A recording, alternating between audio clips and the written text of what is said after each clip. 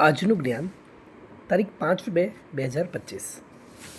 ચલો, મને જે આજે સારું લાગ્યું જ્ઞાન બાબતે, જે હું એવું સમજુ કે તમારી સાથે શેર કરવું જોઈએ, એમાં પહેલું છે વસંત પંચમી, એટલે કે દેવી સરસ્વતીની પૂજાનું પવિત્ર પર્વ.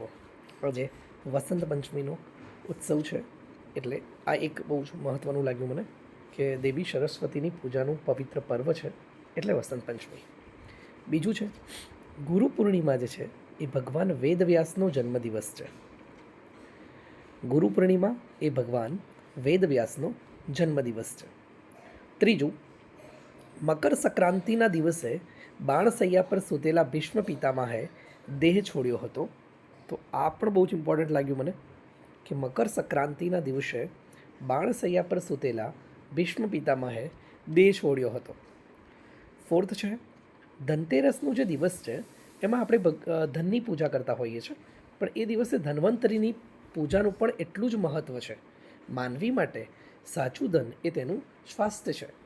પાંચમું, મહાકવિ કાલિદાસે પોતાનું પુસ્તક જે છે કુમાર સંભવ, એમાં વસંત ઋતુનું વર્ણન કરેલું છે.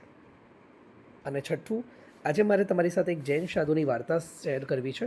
એ વાર્તા એવી છે મિત્ર કે બે જૈન સાધુ એક વખત નદી પાર કરી રહ્યા હતા.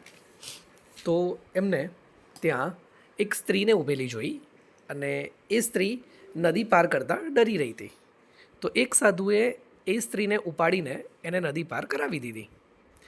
તો બીજો જે સાધુ છે એને એવું લાગ્યું કે આપણે સાધુ થઈને સ્ત્રીને સ્પર્શ કરી શકીએ કે નહીં, બરાબર?